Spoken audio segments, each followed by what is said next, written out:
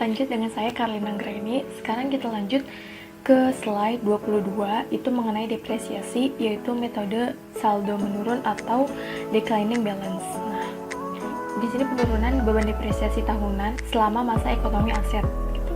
Terus tarif saldo menurun ini 2 kali dari tarif garis lurus. Yang selanjutnya tarif ini diaplikasikan ke nilai buku atau book value. Nah, di sini ada rumus itu mencari annual depreciation expense, yang nantinya annual depreciation expense ini akan dibuat jurnal entry tersendiri tiap tahunnya.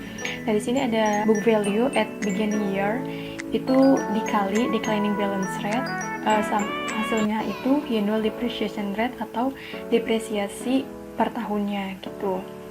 Nah, slide selanjutnya di 23 ini ada ilustrasi mengenai metode saldo menurun. Ini kita bisa lihat ini komponennya itu ada tahun, nilai buku awal, tarif saldo menurun sama dengan beban depresiasi tahunan atau annual depreciation rate yang tadi kita sudah jelaskan mengenai rumusnya. Selanjutnya akumulasi depreciation dan nilai buku atau book value. Nah, di sini dia menghitung untuk jangka waktu 5 tahun, yaitu 2011 sampai 2015. Nah, nilai buku awalnya itu yang ada di soal book value. Book value-nya berapa pertama kali? Nah, di sini di tahun 2011 book value-nya itu sebesar 13.000.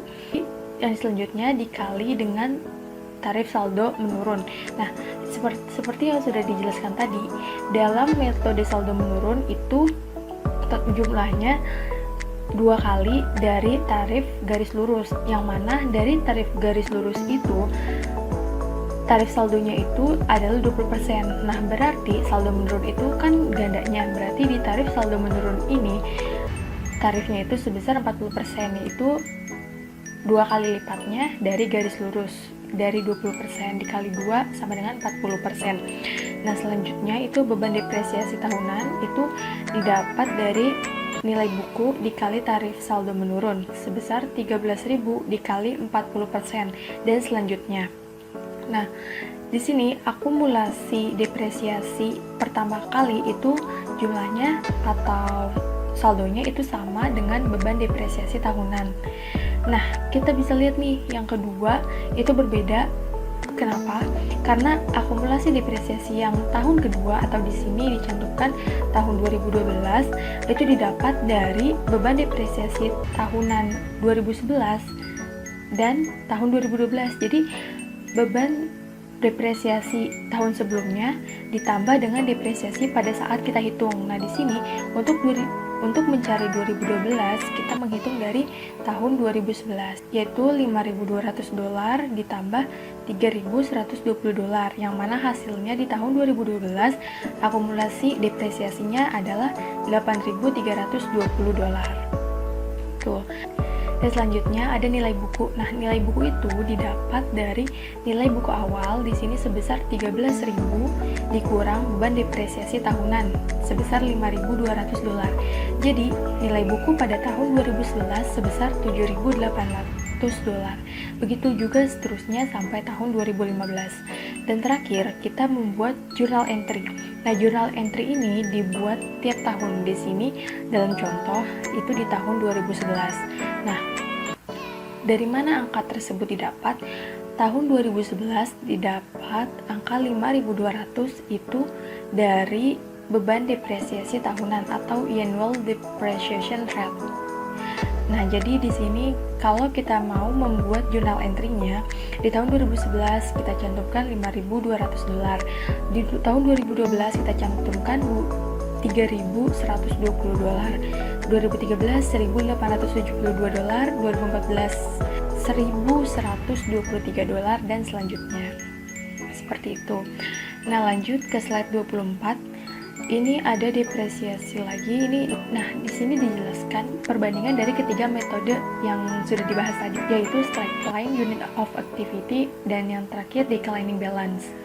Perbandingannya di mana? Nah, kita bisa lihat nih di straight unit of activity sama declining balance itu dalam straight line masa manfaatnya itu menggunakan usia ekonomis atau periode waktu pemanfaatan.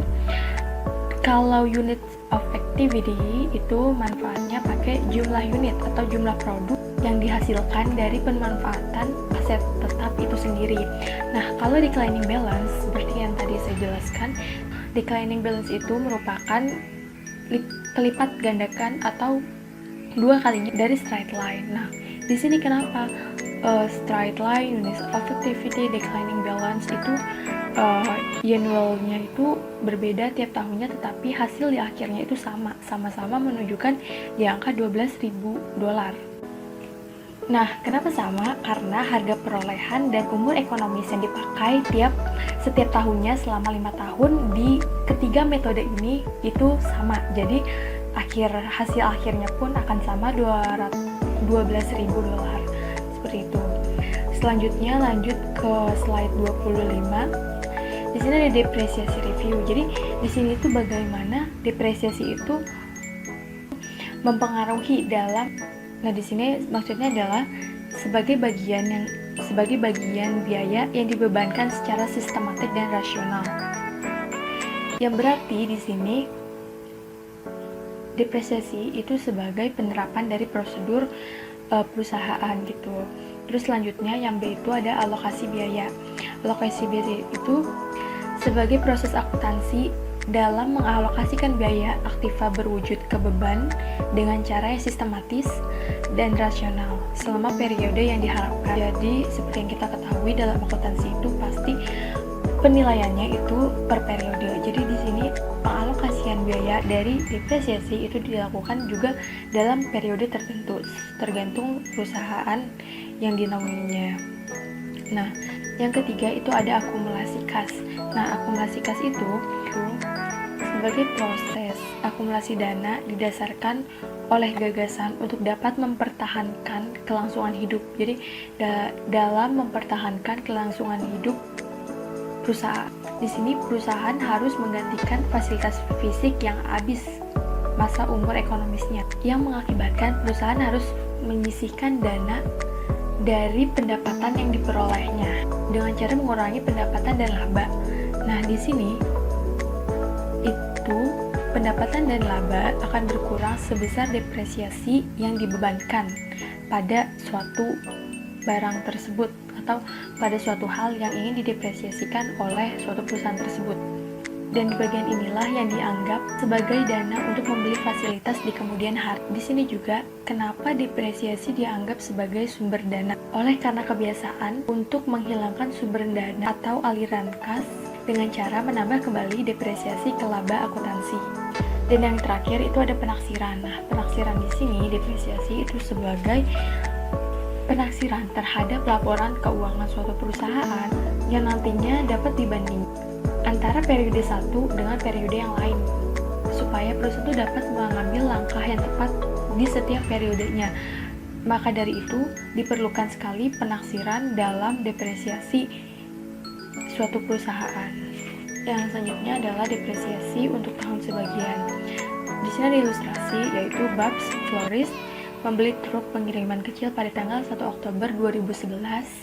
Nah, ilustrasinya di sini yang diketahui adalah cost sebesar $13.000, expected residual value atau nilai residu itu sebesar 1.000, estimated useful life in years dalam 1 tahun itu sebesar 5, dan useful life in miles dalam mile itu 100.000.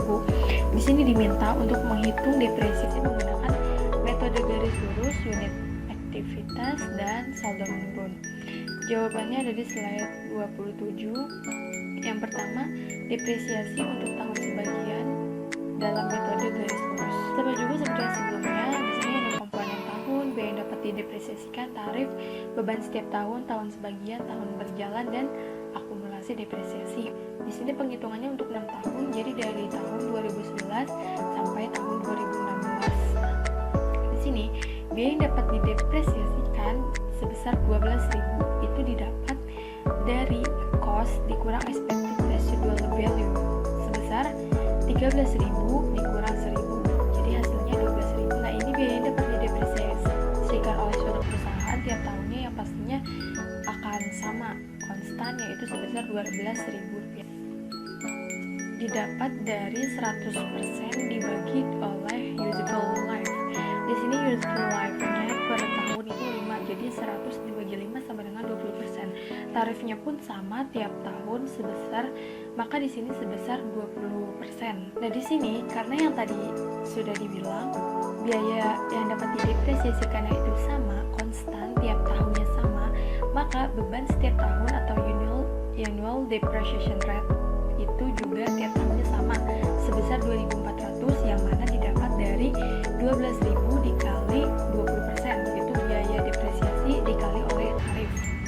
Nah, di sini terus tahun sebagian. Nah, bedanya sama yang biasa itu enggak pakai tahun sebagian, tapi karena di sini kita menghitung depresiasi untuk tahun sebagian, maka di sini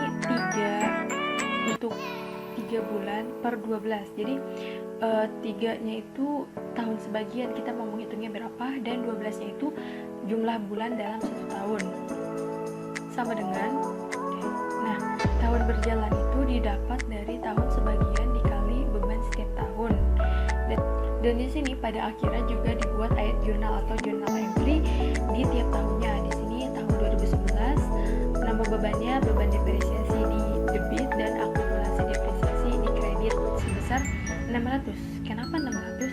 Karena di sini tahun berjalan. Jadi yang dijurnalkan itu suatu saldo per tahunnya. Di sini tahun berjalan yaitu 600 dan seterusnya.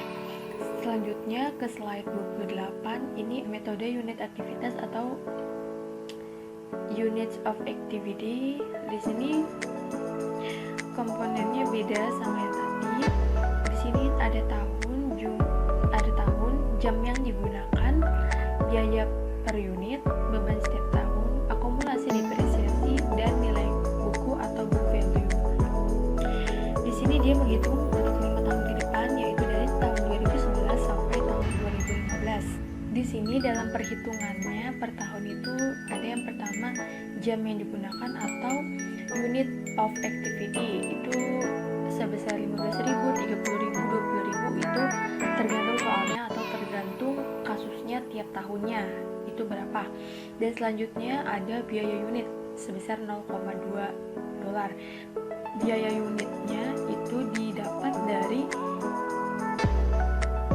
depresiasi cost, yang tadi cost dikurang residual value sebesar 12.000 dolar dikali estimated useful life in miles. Jadi useful life-nya itu dalam mile bukan dalam years gitu.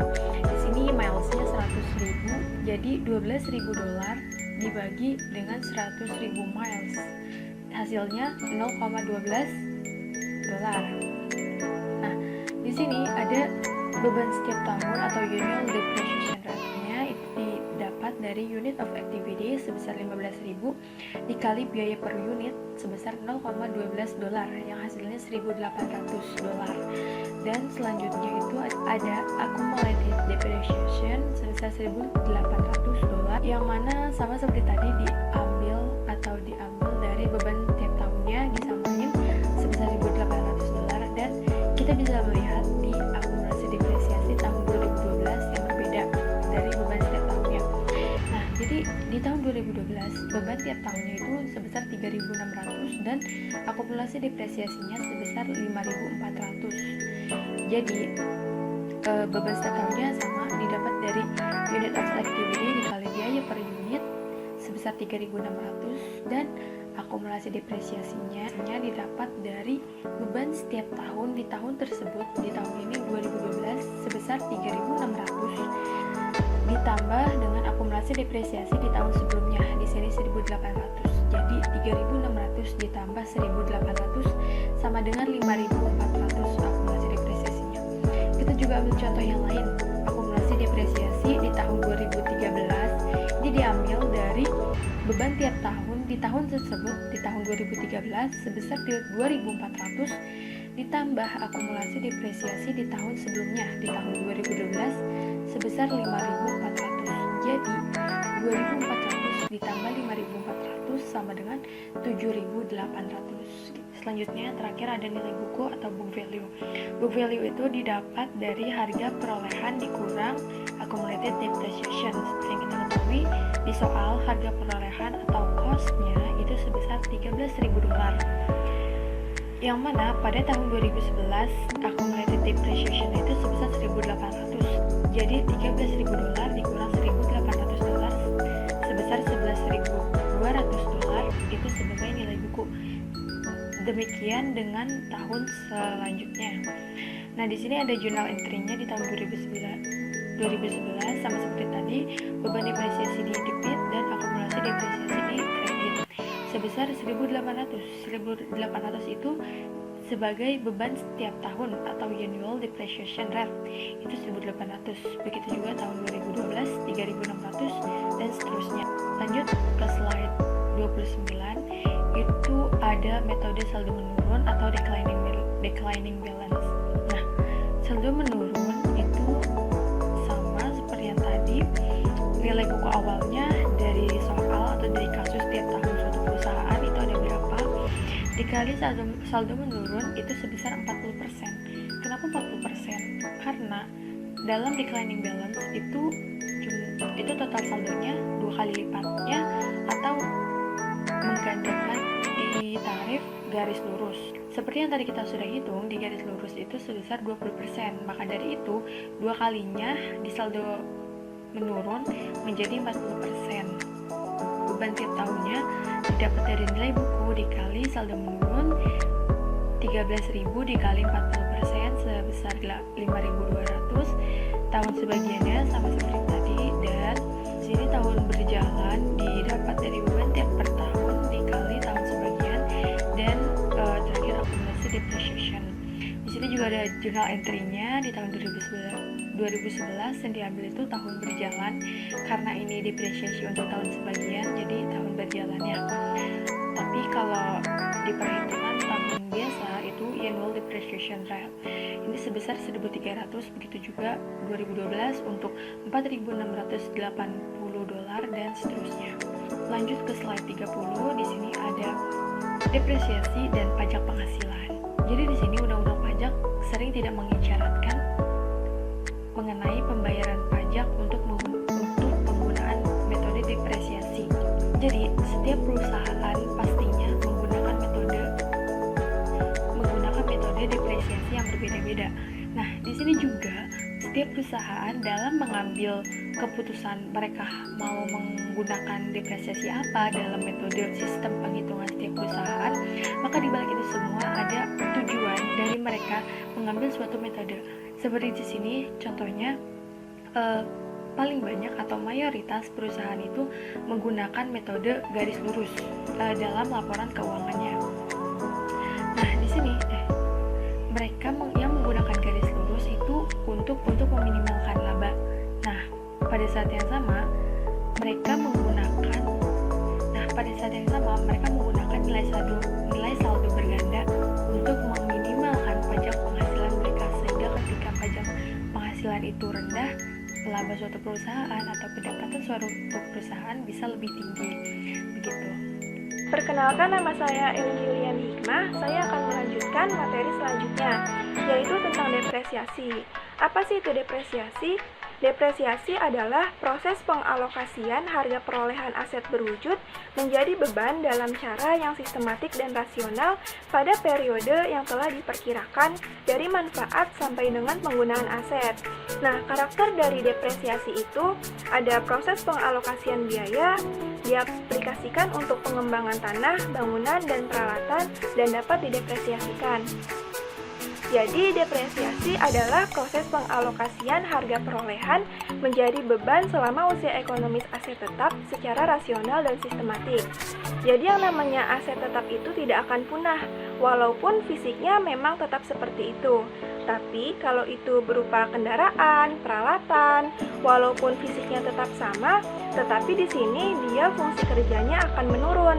Misalnya kendaraan baru beli dengan kendaraan ketika sudah usia ekonomis atau sudah digunakan atau sudah dimanfaatkan selama 10 tahun. Nah, kira-kira fungsinya masih tetap sama atau berbeda?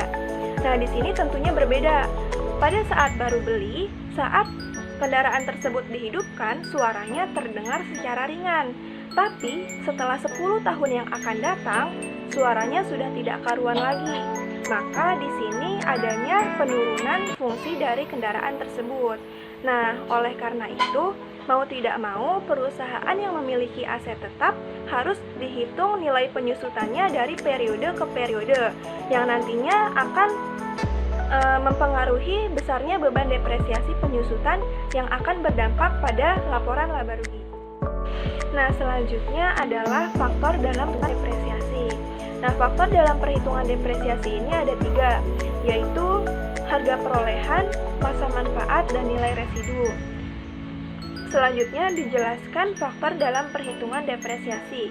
Yang pertama adalah harga perolehan atau cost.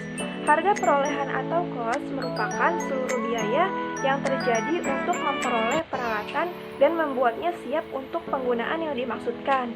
Jadi, harga perolehan atau biaya perolehan merupakan seluruh biaya yang digunakan untuk aset tetap sampai aset tersebut dapat digunakan. Nah, apa aja sih biayanya?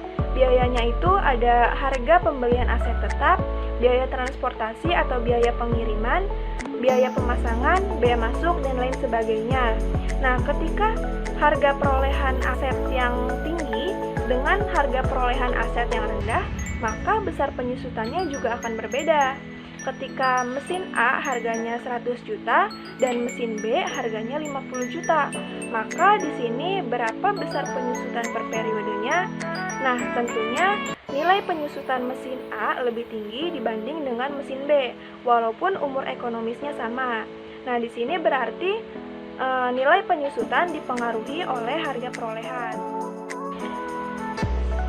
Selanjutnya yang kedua yaitu umur ekonomis atau masa manfaat atau useful life, yaitu estimasi masa manfaat yang diperkirakan berdasarkan kebutuhan yang untuk perbaikan masa rentanan untuk daluarsa.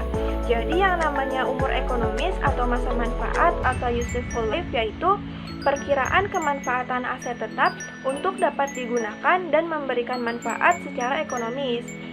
Jadi masa manfaat ini dapat berupa periode waktu pemanfaatan ataupun jumlah unit atau jumlah produksi yang nantinya akan diperoleh dari pemanfaatan aset tersebut. Nah, gimana sih cara menentukan masa manfaat atau umur ekonomis ini? Nah, ini kembali lagi kepada kebijakan perusahaan, atau perusahaan biasanya melihat dari tarif dan masa manfaat sesuai dengan peraturan pajak, sehingga perusahaan tidak perlu membedakan antara untuk pajak dan pencatatan akuntansi yang sudah ada. Nah, yang ketiga ini ada nilai residu atau residual value, yaitu estimasi nilai aset pada akhir umur ekonomisnya. Jadi, nilai residu merupakan perkiraan nilai dari aset tetap pada akhir pemakaian atau pada saat pelepasan aset tetap untuk tidak dipakai lagi, sehingga nilai residu merupakan nilai sisa nilai akhir setelah aset tidak dipakai lagi. Nah, nilai residu ini juga mempengaruhi besarnya aset tetap. Misalnya, perusahaan membeli kendaraan sebesar 300 juta rupiah dan umur ekonomis diperkirakan 5 tahun. Maka di sini perusahaan harus mempertimbangkan setelah selesai masa manfaatnya oleh perusahaan. 5 tahun yang akan datang, kira-kira kendaraan tersebut laku dijual dengan harga berapa? Misalnya, kendaraan tersebut laku dijual dengan harga 20 juta rupiah. Nah, maka itu sudah ditentukan dari awal bahwa nilai residu dari kendaraan tersebut sebesar 20 juta rupiah, sehingga cara perhitungan depresiasi yaitu harga perolehan dikurangi dengan nilai residu terlebih dahulu. Nah, selanjutnya yaitu metode depresiasi. Metode depresiasi ini bertujuan untuk memilih metode terbaik yang mengukur kontribusi aset ke pendapatan selama umur ekonomis. Nah, metode depresiasi ini ada 3. Yang pertama yaitu metode garis lurus.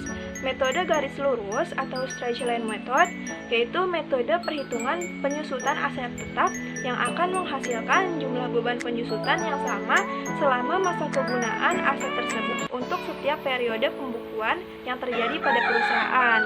Nah, metode penyusutan garis lurus ini merupakan suatu metode penyusutan yang sederhana untuk digunakan oleh perusahaan, sehingga metode penyusutan garis lurus ini paling banyak diterapkan oleh perusahaan-perusahaan yang bergerak di bidang bisnis ataupun perdagangan.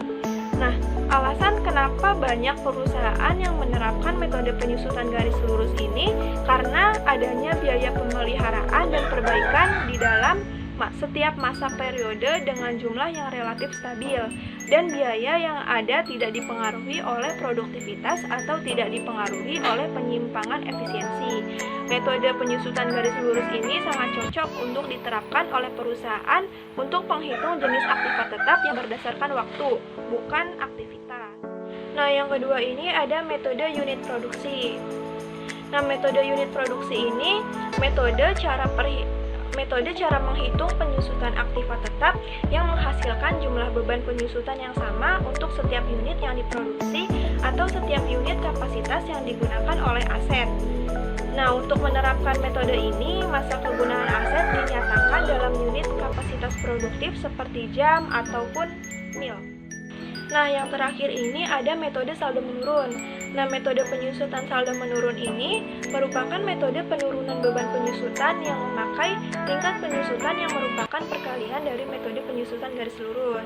Nah, jadi besar penyusutan tarif dari penyusutan garis lurus itu dikalikan 2. Jadi tingkat penyusutan dalam metode penyusutan saldo menurun bersifat tetap dan diterapkan oleh banyak perusahaan untuk mengurangi nilai pembukuan di setiap akhir tahun. Pada metode penyusutan saldo menurun, nilai sisa atau nilai residu tidak dikurang oleh biaya perolehan aset tetap dan dalam perhitungan nilai penyusutan atau depresiasi. Pada metode ini, harga depresiasi atau penyusutan tetap sama dari tahun ke tahun, hanya saja nilai bukunya yang selalu mengalami penurunan. Nah, selanjutnya ada contoh soal. Diilustrasikan Berbs Floris membeli truk pengiriman kecil pada tanggal 1 Januari 2011. Dengan harga perolehan sebesar $13.000, nilai residu yang diperkirakan sebesar $1.000, dan estimasi umur ekonomis dalam tahun selama 5 tahun, dan estimasi umur ekonomis dalam mil sebesar 100.000. Diminta hitung depresiasi berdasarkan metode berikut. Yang pertama garis lurus, yang kedua unit produksi, dan yang ketiga saldo menurun.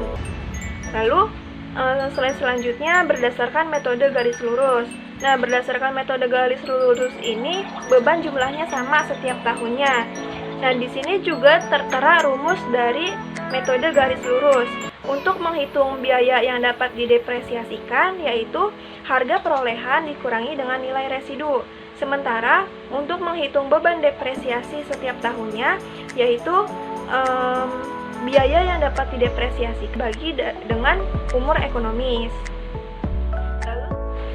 Nah, slide selanjutnya ini menjawab jawaban soal di atas. Nah, yang pertama ini ada biaya yang dapat didepresiasikan. Nah, tadi rumus biaya yang dapat didepresiasikan adalah harga perolehan dikurangi dengan nilai residu. Nah, soal ini harga perolehannya itu sebesar $13.000, sementara nilai residunya sebesar $1.000. Nah, jadi beban yang dapat didepresiasikan itu $13.000 dikurangi $1.000 sama dengan $12.000. Nah, untuk biaya yang dapat didepresiasikan ini setiap tahunnya sama dalam metode garis lurus. Yang kedua itu adalah tarif. Nah, tarif ini rumusnya 1/N dikalikan 100%. Nah, N di sini itu adalah umur ekonomis. Jadi 1/5 dikalikan 100%, hasilnya adalah 20%. Nah, tarif juga setiap tahunnya sama dalam metode garis lurus. Selanjutnya ada beban depresiasi setiap tahun. Nah, beban depresiasi setiap tahun ini cara perhitungannya yaitu biaya yang dapat didepresiasikan dibagi dengan umur ekonomis. Jadi tadi biaya yang dapat didepresiasikan adalah 12.000 dan umur ekonomis adalah 5 tahun. Jadi 12.000 dibagi 5 sama dengan 2.400 setiap tahunnya. Nah, beban depresiasi setiap tahun ini pada metode garis lurus juga sama setiap tahunnya. Lalu selanjutnya menghitung depresiasi. Nah, depresiasi ini jumlahnya setiap tahun sama tetapi selalu meningkat. Jadi Cara perhitungannya adalah pada tahun 2011, beban akumulasi depresiasi itu seharga 2.400 karena masih tahun pertama.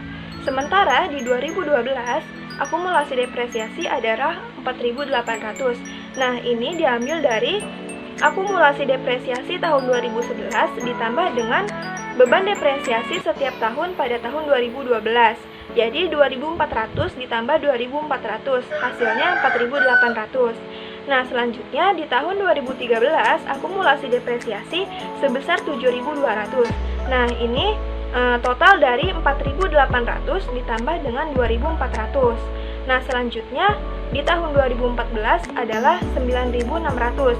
Total dari 7.200 ditambah dengan 2.400. Nah, pada tahun terakhir jumlahnya sebesar $12.000. Ini hasil dari akumulasi depresiasi tahun 2014 ditambah dengan beban depresiasi tahun 2015, yaitu $9.600 ditambah dengan $2.400, jumlahnya $12.000. Nah, yang terakhir ada nilai buku. Nilai buku ini caranya itu adalah harga perolehan dikurangi dengan akumulasi depresiasi. Jadi harga perolehan aset tetap yang tadi dibeli seharga $13.000 dikurangi dengan akumulasi depresiasi tahun 2011 sebesar 2.400. Jadi totalnya $1.600. Nah, tahun ke 2012 yaitu $13.000 dikurangi dengan akumulasi depresiasi tahun kedua pada tahun 2012 sebesar $4.800. Totalnya yaitu $8.200. Lalu pada tahun 2013 itu $13.000 dikurangi dengan $7.200. Jumlahnya $5.800. Pada tahun keempat atau tahun 2014 yaitu $13.000 dikurangi dengan $9.600. Totalnya $3.400. Dan pada tahun terakhir $13.000 dikurangi dengan akumulasi depresiasi pada tahun terakhir sebesar $12.000. Jadi $13.000 dikurangi $12.000 sama dengan $1.000. Nah, nilai buku ini merupakan nilai sisa. Jadi nilai sisa yang ada di soal dengan nilai sisa yang ada di jawaban ini pada tahun terakhirnya itu harus sama. Nah, itu adalah cara dari metode penyusutan garis lurus.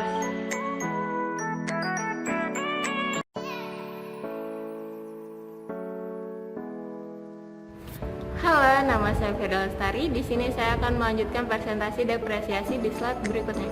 Nah, perubahan periode depresiasi itu ada 3. Yang pertama, diperhitungkan dalam periode perubahan dan masa mendatang atau perubahan perkiraan.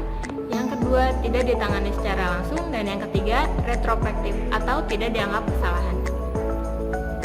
Oke, lanjut ke slide berikutnya. Di sini saya akan memberikan contoh. Nah, ilustrasi. Asumsi Bert Debs Floris memutuskan pada 1 Januari 2014 memperpanjang masa manfaat truk 1 tahun karena kondisinya yang masih baik. Perusahaan telah menggunakan metode garis lurus untuk mendepresiasikan asetnya sampai tanggal tersebut dan nilai bukunya sebesar $5.800. Nah, yang pertama, menghitung depresiasi per tahun. Rumusnya itu ada harga perolehan dikurang nilai residu dan dibagi umur ekonomis atau masa manfaat. Cara yang pertama, menentukan nilai buku pada tanggal dari perubahan estimasi. Biasanya nilai buku itu ada dari soal. Nah, di sini nilai bukunya itu sebesar $5.800 dikurang nilai residu sebesar $100.000 dan hasilnya $4.800 adalah residual cost-nya. Nah, setelah itu $4.800 dibagi masa manfaat yaitu 3 tahun dan hasilnya sama dengan $1.600. Nah, $1.600 itu adalah depresiasi per tahunnya.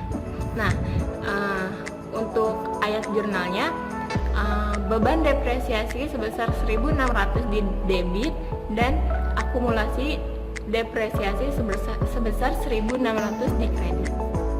Nah, lanjut ke slide berikutnya. Revaluasi aset tetap. If first, mengizinkan penilaian kembali aset tetap ke nilai wajar. Jika penilaian kembali digunakan, maka harus diterapkan pada semua aset dalam kelas aset. Nah, aset yang mengalami perubahan harga yang cepat harus dinilai kembali secara tahunan. Jika tidak, penilaian kembali yang jarang dilakukan itu akan diterima. Di slide berikutnya ini, saya akan memberikan contoh soalnya. Ilustrasi, Farnish Company merevaluasi aset tetap dengan nilai buku sebesar 1 juta dolar, umur ekonomis 5 tahun, dan tidak ada nilai sisa. Farnish membuat ayat jurnal berikut untuk tahun 1, asumsi metode depresiasi garis lurus. Jadi, untuk garis lurus, rumusnya itu ada harga perolehan dikurang nilai residu dibagi nilai ekonomis. Jadi di sini untuk menghitung besar bebannya itu 1 juta dolar dikurang, karena tidak ada nilai residunya tidak usah dikurang, jadi kita langsung saja membagi dengan nilai ekonomis. Jadi caranya 1 juta dolar dibagi 5 tahun jadi sama dengan 200.000. Nah, untuk ayat jurnalnya masih sama seperti di atas. Beban depresiasi pada debit sebesar 200.000 dan akumulasi depresiasi sebesar 200.000 di sisi kiri. Nah, di slide berikutnya ini saya akan memberikan contoh soal yang kedua. Ilustrasi pada akhir tahun 1, penilaian independen menentukan bahwa nilai wajar aset sebesar 850.000. Untuk melaporkan aset tetap pada nilai wajar, Prince membuat ayat jurnal seperti berikut ini. Nah, tadi kan sudah dihitung besarnya akumulasi depresiasi yaitu sebesar 200.000. Jadi akumulasi depresiasinya tetap sebesar 200.000. Tapi karena di sini ada surplus atau kenaikan sebesar 50.000, jadi aset tetapnya berkurang sebesar 50.000. Jadi aset tetapnya sebesar 150.000. Kenapa 150.000? Karena 1 juta dikurang 850.000 hasilnya 150.000. Surplus revaluasinya yaitu sebesar 50.000. Nah, di slide berikutnya ini Prince sekarang melaporkan informasi berikut dalam laporan posisi keuangannya pada akhir tahun 1. Nah, sebenarnya ini tuh udah saya jelasin pada slide sebelumnya tadi, namun saya akan memberikan sedikit tambahan kata saja. Nah, 850.000 adalah basis aset baru. Prince melaporkan beban depresiasi sebesar 200.000 dalam laporan laba rugi dan sebesar 50.000 dalam laba komersil lain-lain. Depresiasi tahun 2 akan sejumlah 212.500. Mengapa angkanya menjadi 212.500? Karena 850.000 maksud saya dibagi 4. Jadi hasilnya itu 212.500. Oke, jadi di slide 39 ini tentang pengeluaran selama masa manfaat. Perbaikan biasa atau bisa juga disebut ordinary repairs, pengeluaran untuk menjaga efisiensi operasi dan kehidupan unit yang produktif. Dan debitnya beban perbaikan atau pemeliharaan, yang dimaksud dengan pengeluaran pendapatan, penambahan dan perbaikan atau addition and improvement. Bisa pengertian biaya yang dikeluarkan untuk meningkatkan efisiensi operasi, kapasitas produktif dan masa manfaat aset tetap. Debitnya itu aset tetap yang dipengaruhi atau yang dimaksudkan dengan pengeluaran modal. Dan di slide 40 ini tentang pelepasan aset tetap. Perusahaan melepas aset tetap dengan 3 cara. Apa aja sih? Yang pertama penghentian, penjualan dan pertukaran. Bisa dilihat gambarnya. Mencatat depresiasi sampai dengan tanggal pelepasan. Mengeliminasi aset melalui yang pertama pendebitan akumulasi depresiasi, dan yang kedua pengkreditan akun aset. Nah, di slide 41 aset tetap ini diberhentiin nih, berarti peralatan kita hilang atau habis. Diasumsikan Hobart Enterprise menghentikan printer komputer dengan harga perolehan $32.000. Akumulasi depresiasi printer ini adalah $32.000. Nah, ayat jurnal untuk mencatat penghentian ini adalah akumulasi depresiasi saldonya normalnya kan ada di kredit. Biar hasilnya 0, kredit ini diberhentikan, jadi akumulasinya itu taruh di debit. Peralatannya juga sama nih. Saldo normalnya kan ada di debit. Biar hasilnya 0, peralatan juga di kredit. Jadi akumulasi depresiasi pada peralatan pencetakan sebesar $32.000, dan ini tidak mengalami kerugian maupun laba. Jadi sama-sama seimbang. Oke, kita baca dulu di slide 42. Pelepasan aset tetap. Ilustrasinya, asumsi Sunset Company membuat peralatan pengirimannya yang memiliki harga perolehan sebesar $18.000 dan memiliki akumulasian depresiasi sebesar $14.000. Ayat jurnalnya bisa kita baca, akumulasi depresiasi di debit $14.000, kerugian atas pelepasan itu 4.000, dan di kreditnya ada peralatan pengiriman sebesar 18.000. Nah, di sini kerugian sebesar 4.000. Gimana sih cara tahu kalau misalnya dia rugi atau laba? Kalau dia rugi, akumulasi depresiasinya lebih kecil daripada peralatan. Tapi kalau laba, akumulasi depresiasinya lebih besar daripada peralatan pengiriman. Jurnalnya masih tetap sama kayak yang tadi. Tapi di sini menambah kerugian atas pelepasan di kolom debit. Tapi kalau misalnya laba, itu di kredit. Nah, di slide 43 yaitu penjualan aset tetap. Bandingkan nilai buku aset dengan dana yang diterima dari penjualan. Jika dana melebihi nilai buku, maka diperoleh keuntungan atau gain atas pelepasan yang terjadi. Jika dana kurang dari nilai buku, maka terjadi kerugian atau loss atas pelepasan yang terjadi. Oke, baik, kita slide ke 44.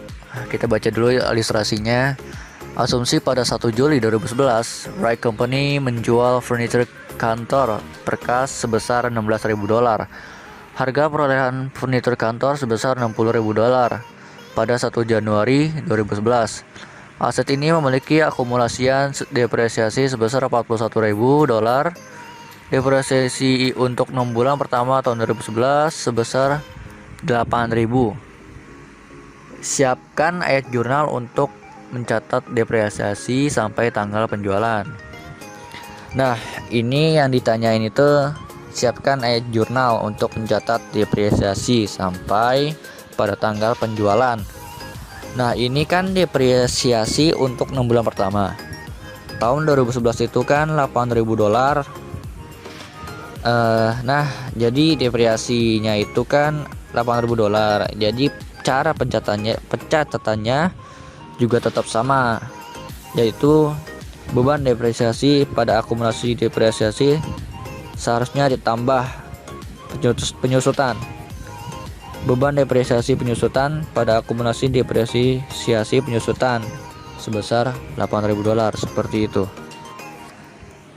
Oke, kita lanjut ke slide 45. Nah, pencatatannya itu yang pertama, harga perolehan dikurangi sama akumulasi depresiasi. Nah, akumulasi depresiasi itu apa namanya? Akumulasi depresiasi Januari sama Desember, jadi 41.000 ditambah 8.000, jadinya kan hasilnya 49.000 ya.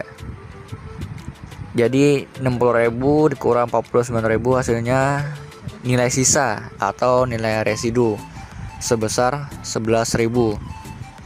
Nah, terus di soal yang di atas atau yang tadi kita bahas, itu kan dia menjual furnitur kantor harganya 16.000. Nah, dianya itu dapat uang dari penjualan furnitur kantor harganya 16.000. Jadi kan uang yang dia dapat sama nilai sisa itu kan banyakkan uang yang dia dapat nih.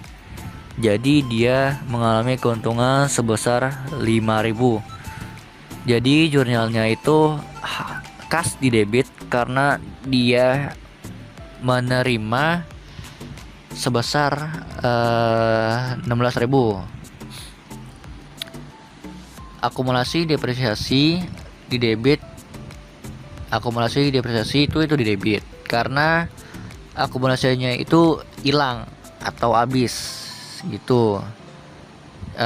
Sebesar 49.000. Peralatan kantor di kredit. Nah, dia juga hilang atau habis sebesar 60.000. Dan keuntungan atas pelepasannya itu $5.000.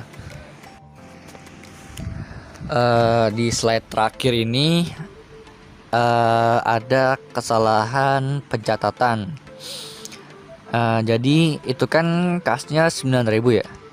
Akumulasi depresiasinya itu 49.000. Nah, harusnya kerugian atas pelepasan itu di debit sebesar bukan 5.000 tapi 2.000. Nah, yang di sini jadi kas di debit 9.000, akumulasi depresiasi di debit 49.000, kerugian atas pelepasan di debit sebesar 2.000. Nah, terus kreditnya itu peralatan kantor sebesar 60.000.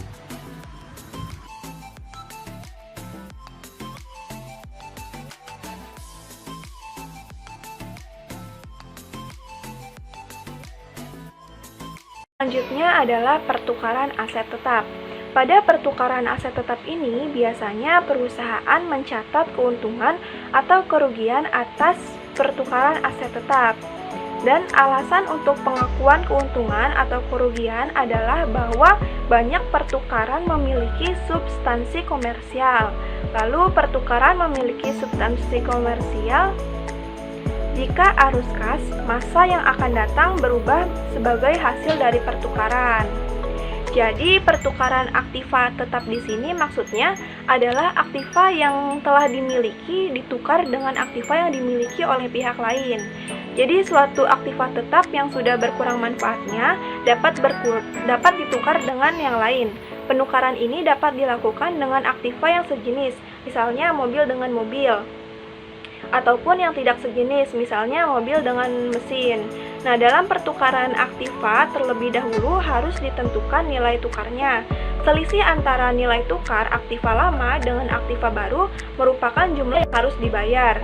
Dan selisih antara nilai tukar dengan nilai buku merupakan keuntungan atau kerugian dari penukaran. Nah, apabila nilai tukar lebih besar daripada nilai buku, maka mengalami keuntungan. Begitupun sebaliknya, jika nilai tukar lebih kecil daripada nilai buku, maka mengalami kerugian. Lalu di sini ada ilustrasi pertukaran aset tetap dengan perlakuan kerugian. Di sini Ronaldco menukar truk lama dengan harga perolehan sebesar $64.000 dikurangi $22.000 untuk akumulasi depresiasi, ditambah dengan kas sebesar $17.000 untuk semi truk baru, dan truk lama memiliki nilai wajar sebesar $26.000. Nah, di sini ada cara perhitungannya, yaitu yang pertama harga perolehan truk lama dikurangi dengan akumulasi depresiasi yang akan menghasilkan nilai buku. Jadi $64.000 dikurangi dengan $22.000 yang hasilnya $42.000 untuk nilai bukunya. Nah, lalu dikurangi dengan nilai wajar truk lama sebesar $26.000 yang hasilnya sebesar $16.000. Nah, ini mengalami kerugian. Kenapa mengalami kerugian? Ya, karena yang tadi saya bilang, karena jika nilai tukar lebih kecil daripada nilai bukunya, maka akan mengalami kerugian. Nah, ini cara untuk menghitung kerugian. Nah, untuk menghitung harga perolehan semi truk baru, yaitu nilai wajar truk lama ditambah dengan kas yang dibayarkan, yaitu $26.000 ditambah dengan $17.000 yang hasilnya $43.000.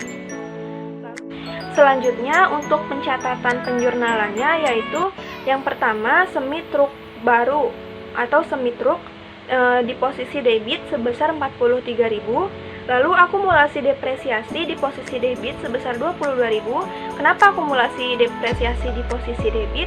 Karena ini adalah pertukaran aktiva tetap. Jadi akumulasi dari truk yang lama itu harus dikosongkan. Jadi yang tadinya saldo normalnya berada di posisi kredit supaya hasilnya 0, maka akumulasi depresiasi ditaruh di posisi debit. Lalu ada kerugian atas pelepasan sebesar $16.000. Lalu di posisi kredit ada truk lama. Truk lama juga kita hentikan, kita buang atau kita lepas berada di posisi kredit supaya dia hilang. Jadi truk lama sebesar $64.000 berada di posisi kredit dan kas yang harus dibayarkan sebesar $17.000.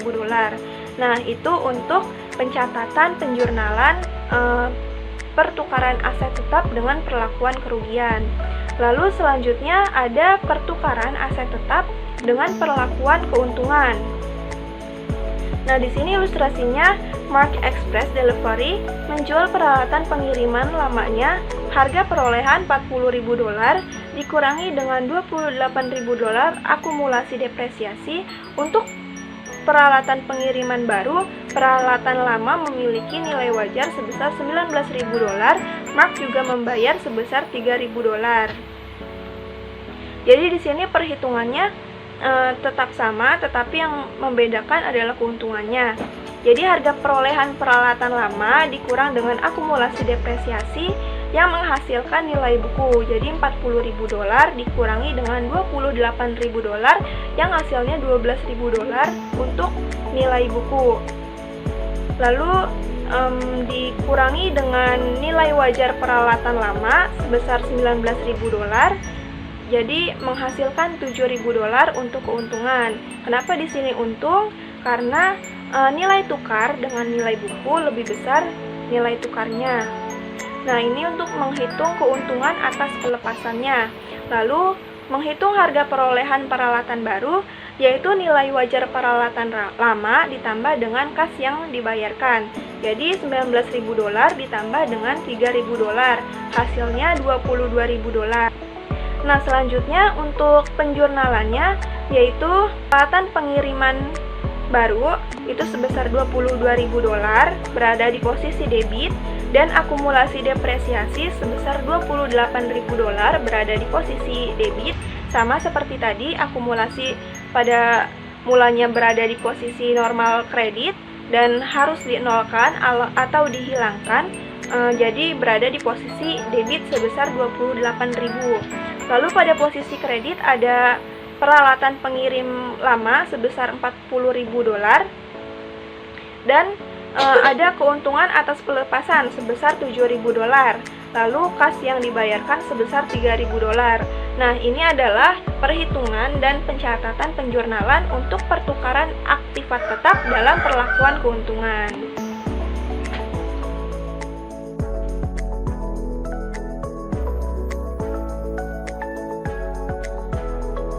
Lanjut ke slide berikutnya, yaitu aset tidak berwujud. Aset tidak berwujud adalah hak istimewa dan keuntungan kompetitif yang tidak memiliki substansi fisik. Aset tidak berwujud dikategorikan memiliki umur terbatas dan umur tidak terbatas. Jenis-jenis umum aset tidak berwujud. Ada paten, copyright atau hak cipta. Lalu ada franchise atau lisensi. Lalu ada trademark and trade. Lalu ada names or merek dagang. Yang terakhir ada goodwill. Di slide berikut ini saya akan menjelaskan hak eksklusif untuk memproduksi, menjual, atau mengontrol sebuah penemuan untuk sejumlah tahun tertentu dari tanggal hibah. Masa legalitas di banyak negara adalah 20 tahun. Mengkapitalisasi biaya pembelian paten dan mengamortisasi masa legalitasnya atau masa manfaatnya, mana yang lebih pendek. Yang terakhir ada fee, hukum yang dikeluarkan untuk keberhasilan mempertemukan paten dikapitalisasi ke akun paten. Di slide akuntansi untuk aset tidak berwujud. Aset tidak berwujud biasanya diamortisasi berdasarkan garis lurus. Di sini saya akan memberikan contoh. Ilustrasi. Asumsi National Labs membeli paten dengan harga perolehan sebesar $60.000. Nasional mengestimasi masa manfaat paten 8 tahun. Nasional mencatat amortisasi setiap tahun sebagai berikut. Jadi, di aset tetap berwujud ini menggunakan depresiasi penyusutan, tapi di aset tetap tidak berwujud menggunakan amortisasi, sedangkan ilustrasi ini menggunakan metode garis lurus. Nah, garis lurus itu rumusnya harga perolehan dikurang nilai sisa dibagi umur ekonomis. Karena di sini tidak ada nilai sisanya, jadi kita hanya langsung saja harga perolehan dibagi umur ekonomis sama dengan $60.000 dibagi 8 tahun sama dengan 7.500. Nah, untuk jurnalnya beban amortisasi di sisi debit sebesar 7.500 dan paten di sisi kredit sebesar 7.500. Karena di ilustrasi ini menggunakan hak paten, jadi kita pakai di sisi kreditnya itu paten. Jika di soalnya itu menggunakan goodwill, maka kita gunakan goodwill di sisi kredit. Di slide ini copyright atau hak cipta memberikan ke pemilik hak eksklusif untuk memproduksi kembali dan menjual karya seni atau publikasi. Contohnya seperti drama, karya sastra, karya musik, gambar, foto, video, dan materi audiovisual. Menganugerahkan selama hidup pencipta ditambah sejumlah khusus tahun, di mana dapat bervariasi antara negara tapi umumnya 70 tahun. Mengkapitalisasi biaya perolehan dan mempertahankannya, mengamortisasi beban selama masa manfaat. Di slide ini saya akan membahas trademarks, entry, dan names or merek dagang. Kata, frase, jingle, atau simbol yang mengidentifikasi sebuah perusahaan atau produk tertentu. Contoh seperti Wheaties, Game Boy, Frappuccino, tisu, Windows, Coca-Cola, NGT. Registrasi menyediakan sejumlah tertentu tahun perlindungan yang dapat berbeda di setiap negara, tetapi umumnya hanya 20 tahun. Mengkapitalisasi biaya akuisisi diperpanjang tanpa batas waktu tertentu, tidak diamortisasi. Lanjut bersama saya Karlina Anggraini. Sekarang kita lanjut ke slide 57 mengenai masih akuntansi untuk aset tidak berwujud. Di sini ada franchises dan lisenses. Nah, di sini tuh franchise, kalau kita udah ngomongin tentang franchise dan license, itu berkaitan dengan kontrak perjanjian antara franchisor dengan franchisor. Franchisor sendiri itu merupakan badan usaha atau perorangan yang memberikan hak kepada pihak lain untuk memanfaatkan atau menggunakan hak paten kekayaan intelektual. Jadi terkadang kita sering nih melihat suatu perusahaan yang dia benar-benar penemunya dari dasarnya, dari segala-galanya, dari komposisinya dan lain-lain, dan sedangkan di sisi lain ada suatu perusahaan yang emang tuh wujudnya tuh sama persis sama yang penemu ini, tetapi dia itu berhak atau dia tuh mempunyai suatu hak untuk memproduksi barang tersebut. Tapi diingat juga bahwa kita juga harus mempunyai hak paten, dan itu nggak sembarangan, pastinya ada dasar hukumnya atas kita mengambil hak cipta dari perusahaan atau orang lain. Dan di sini juga ada franchisee. Franchisee itu sendiri badan usaha atau perorangan yang memanfaatkan penemuan atau di sini ciri khas pemberi yang dimiliki oleh warlaba gitu. Jadi yang benar-benar ciri-ciri dari awal itu dari warlaba induknya.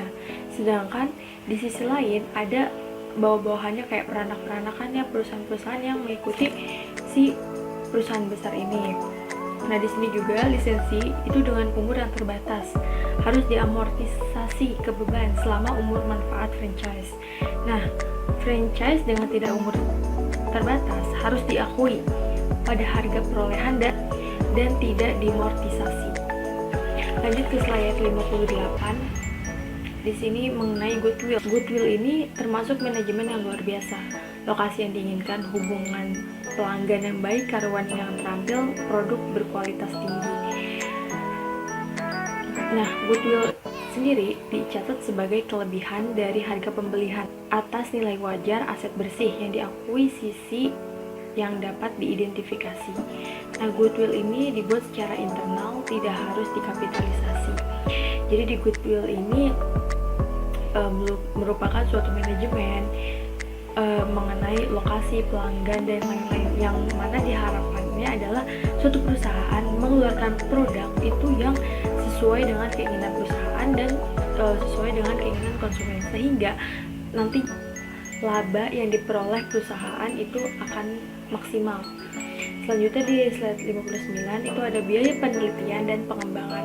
Nah, kita tahu juga bahwa seluruh perusahaan selain biaya produksi, modal, dan lain-lain juga ada biaya penelitian dan pengembangan. Tujuannya buat apa? Penelitian dan pengembangan guna mereview kembali atau merenew, jadi memproduksi kembali barang-barang atau produk suatu perusahaan sehingga produk tersebut tidak dimakan zaman, alias tidak ketinggalan zaman. Produk itu terus berkembang sejalan dengan perkembangan zaman. Nah, di sini biaya penelitian dan pengembangan sering menghasilkan sesuatu yang paten atau hak cipta. Nah, seperti produk baru, atau dia juga ada yang namanya brand, label suatu produk di perusahaan. Terus proses, ide, formula. Ini formula, pastinya setiap perusahaan mempunyai formula masing-masing, dan yang pasti formula di suatu perusahaan tuh kayak dijaga banget, dirahasia banget. Maka dari itu, dibalik semuanya itu terdapat hak paten yang mana dilindungi oleh hukum.